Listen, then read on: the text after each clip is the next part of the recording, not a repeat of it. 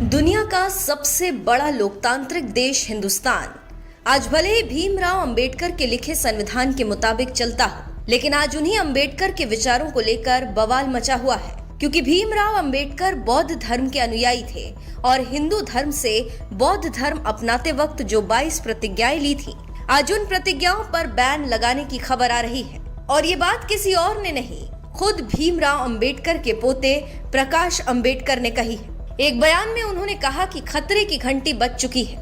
मोदी सरकार बाबा साहेब की 22 प्रतिज्ञाओं पर बैन लगाने की तैयारी कर रही है। मैं अंबेडकरवादियों से ऐलान करता हूं कि खतरे की घंटी बज चुकी है।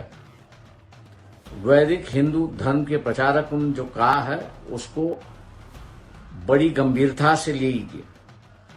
गुजरात के चुनाव तक केंद्र सरकार, राज्य सरकार कुछ नहीं करेगी, लेकिन जैसे ही गुजरात के चुनाव का नतीजा आता है, केंद्र सरकार, राज्य सरकार 22 प्रतिज्ञाओं पर पाबंदी लाने की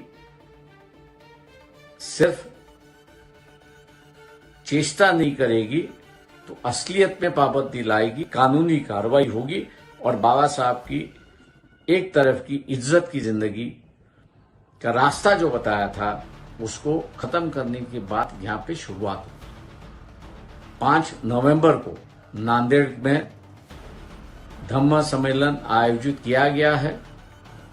मैं तमाम अंबेडकरवादियों से ऐलान करता हूं कि इस धम्म सम्मेलन को सफल बनाने के लिए लाखों की संख्या में आप उपस्थित रहिए।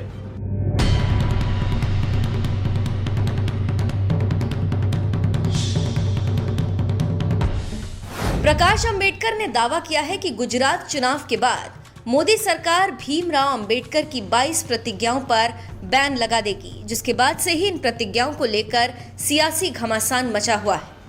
ऐसे में आप भी जान लीजिए कि क्या है भीमराव अंबेडकर की वो 22 प्रतिज्ञाएं जो उन्होंने 15 अक्टूबर 1956 को बौद्ध धर्म में लौटने पर अपने अनुयायियों के लिए निर्धारित की थी।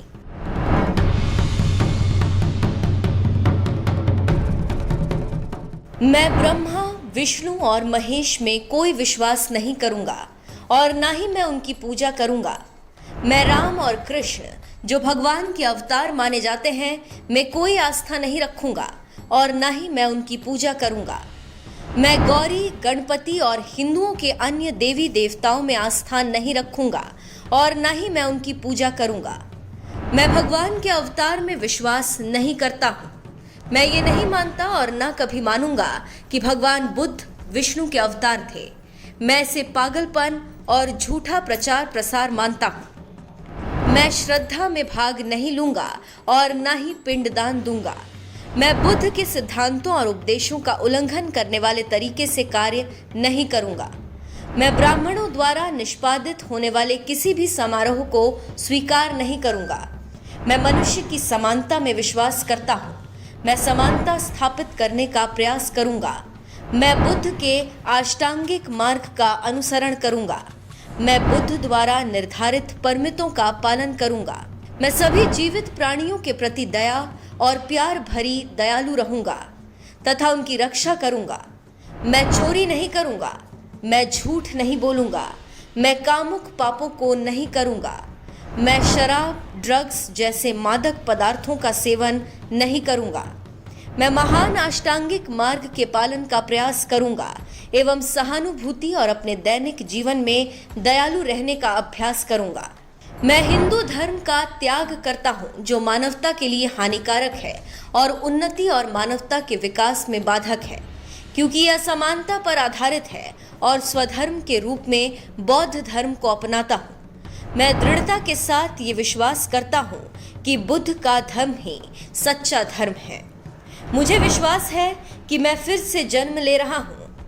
मैं गंभीरता एवं दृढ़ता के साथ घोषित करता हूँ कि मैं इसके बाद अपने जीवन का बुद्ध के सिद्धांतों व शिक्षाओं और उनके धम्म के अनुसार मार्गदर्शन करूँगा।